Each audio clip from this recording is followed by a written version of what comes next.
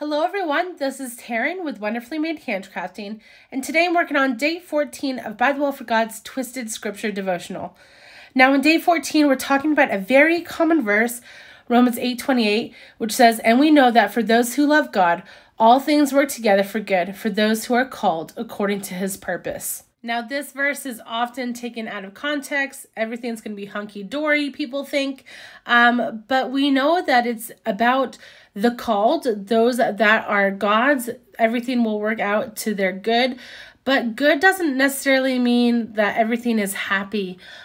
Good means making us more like Christ. As I was digging more into this verse and the meaning behind it, I found a Stephen Lawson Bible study that was so good. I will try to link that down below.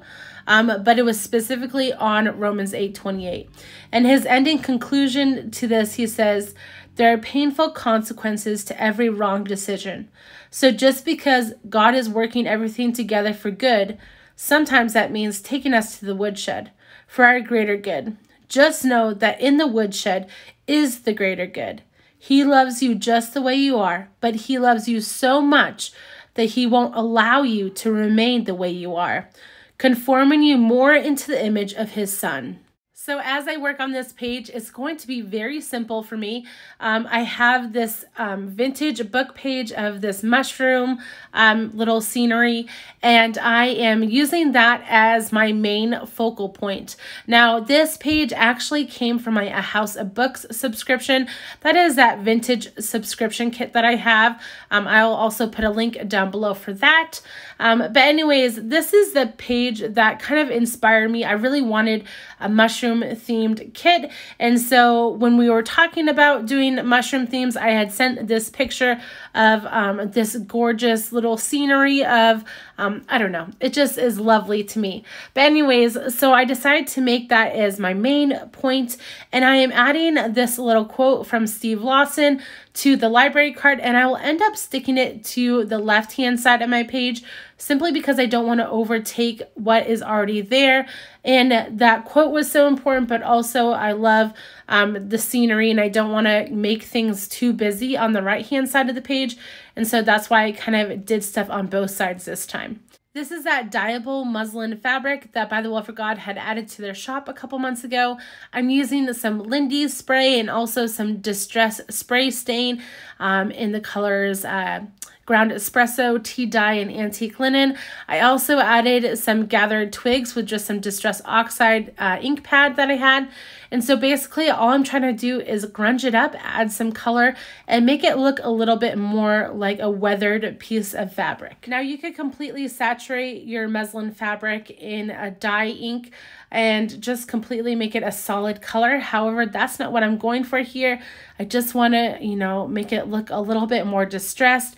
So I'm actually creating these splotches, but then I'm also spraying it with more water so those spots kind of wick away and become a little bit less strong in color, I guess. And here I am, I'm going to make sure this is nice and soaked. And then I am going to add some Distress spray stains right here. That's the tea dye. Then I have antique linen. And then finally some ground espresso at the end to just add some different color variations of these grungy spots. Now, if you're working with this muslin fabric and want a coffee or tea dye look, this is an excellent way to get it. I would say that the antique linen is more of a tea stain look, and the ground espresso might be a hair darker than normal for like what I would think of as a coffee stain. But once it dries, it does give more of that coffee look. As you can see here, I'm adding more antique linen. I really liked the subtle look of that while still grunching it up. And I will add this little specimen stamp set that was an add-on to this kit right down over that area where I have a bunch of antique linen and a little bit of that ground espresso. And then I'm going to do a second stamp just to see which one I like better right here. I ultimately decide on that first one I did, so I will cut that out and make sure to also fray all the edges. I really like the look of just a natural edge finish. So as I cut that out, I try to leave a little bit of extra space around it so I can pull those strings and fray it all. Now, once I put this fabric on my Bible journaling page for placement, I noticed that it doesn't pop as much as I was hoping.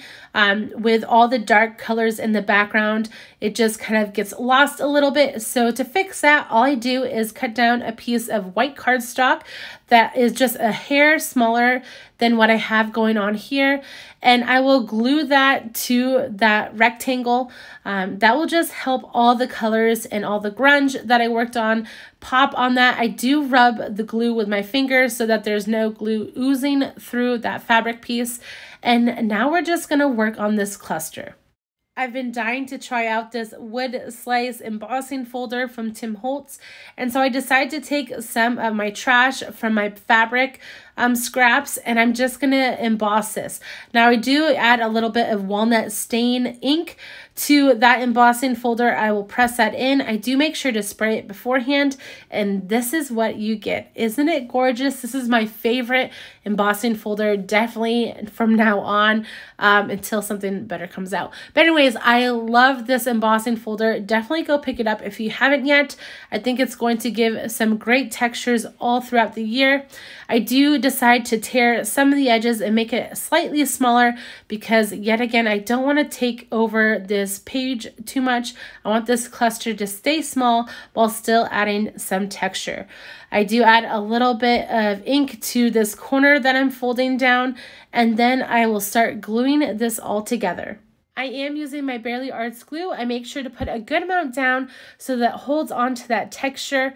And to make this wood stand out a little bit more, because it does have those same colors as the painting in the background, I'm going to add some distress ink around the edges of that wood to make it really pop and stand out. I don't do anything fancy. I just rub my cube around the edges, and that will definitely make this pop a little bit more on the page. Now I just added this cluster down with my Barely Arts glue. I know this cluster doesn't look like a main cluster that I normally do, but that's because I really wanted people to see the painting in the background, that book page, because that's something that I just found so beautiful. And so I wanted that to kind of be the focal point. I also wanted these notes to be out in the open and available to read. And so that's why I didn't tuck them into any envelope or anything like that. I wanted to make sure that those were, you know, a main part of this page. Now, to make this cohesive, I add one of those clear stickers. I decided on the floral so that it matches the mushrooms on the right hand side of this page, and then it's complete. If you've enjoyed this video, please like and subscribe to my channel. You can also follow me over on Instagram at Wonderfully Made Handcrafting. I'll try to link everything I used down below in the description, and I hope you have a wonderful day. Bye.